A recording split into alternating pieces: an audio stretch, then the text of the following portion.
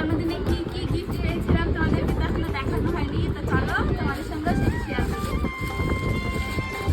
তো এই যে এই নাইটটা দিয়েছে আমার মেয়েটা, দেখা দিয়েছে, আমার পছন্দ হয়েছে এই নাইটটা।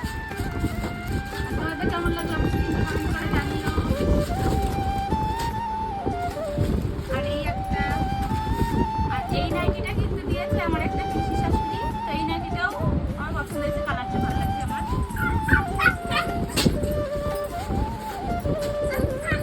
আর এই একটা, তো এই নাইটিটা হচ্ছে দিয়েছে ওই ভিডিওতে দেখেছিলে যে আমার সঙ্গে আমার একটা দেখা সুযোগটা ছিল, তো ওই দেখায় এই নাইটিটা দিয়েছে। তো এই নাইটির কালারটাও বেশ ভালো, আমার পছন্দ হয়েছে, তিনটে নাইটিই পছন্দ হয়েছে। আর এই যে টাকা পয়সা, তো এই যে 100 টাকা, এই টাকাটা হচ্ছে বড় বৌমা দিয়েছে আমাকে। আর এই যে 200, এই টাকাটা দিয়েছে হচ্ছে আমার একটা কাকি শাশুড়ি। আর এই যে 500, এইটা হচ্ছে আমার মা দিয়েছিল আমাকে। তো গাইস, আমি সবাইকে বলেছিলাম যে আমি রাত্রে কেক কাটবো, সেই জন্য আসতে বলেছিলাম।